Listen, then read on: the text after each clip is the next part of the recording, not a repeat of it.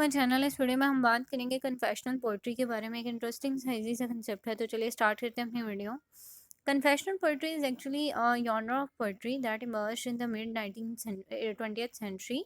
और बेसिकली ये जो कन्फेशनल पोइट्री है, इसका जॉनर जो है फर्स्ट टाइम जो ओरिजिनेट हुआ वो 20th सेंचुरी में हुआ। और इसमें मेन रोल क्या चल रहे थे कि it is actually autobiographical and deeply personal nature. यानी कि पोइट्स जो हैं वो ये पोइट्री जो लिखते हैं बेसिकली वो ऑटोबायोग्राफिकल भी होती है और समटाइम उनकी डीप पर्सनल नेचर के बारे में वो बता रहे होते हैं। ये पर्सनल पोम लिख रहे होते हैं, राइट। उनके पर्सनल इमोशंस इसमें लिंक्ड होते हैं।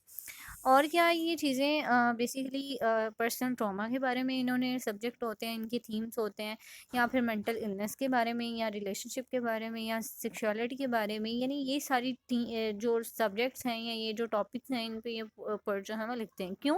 Because it is personal poetry, right. या फिर ऑटोबायोग्राफिक, जिसमें आप अपनी पर्सनल चीज़ों को रिलेट करके बता रहे हो, अपनी लाइफ हिस्ट्री के बारे में या अपनी जो मेंटल इलनेस है उसके बारे में आप डिस्कस कर रहे हो।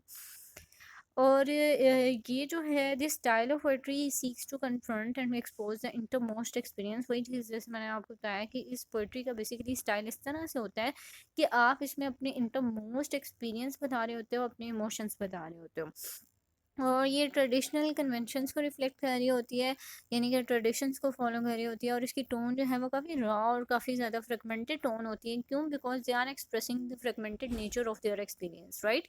उन्होंने जिस तरह से वो खुद मतलब एक ट्रॉमा से गुजरे हैं, उसी तरह ही उन्होंने फ्री वर्स पोइट्री लिखी होती है कि जिस तरह से उनकी लाइफ डिस्टर्ब है, उसी तरह से पोइट्री जो है वो भी बहुत रफ वे में लिखी होती है।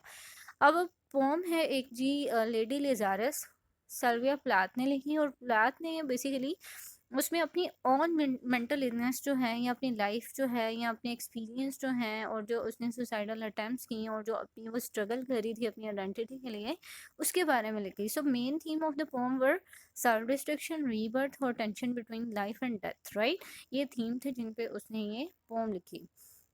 इसके अलावा बहुत सी एग्जांपल हैं। तो इससे रिगार्डिंग अब आपका कोई क्वेश्चन है, कुछ भी शेयर करना चाहते हैं, मुझे कमेंट सेक्शन में बताएं। अपना और अपने प्यारों का बहुत सा ख्याल रखिएगा। मिलते हैं नेक्स्ट वीडियो में।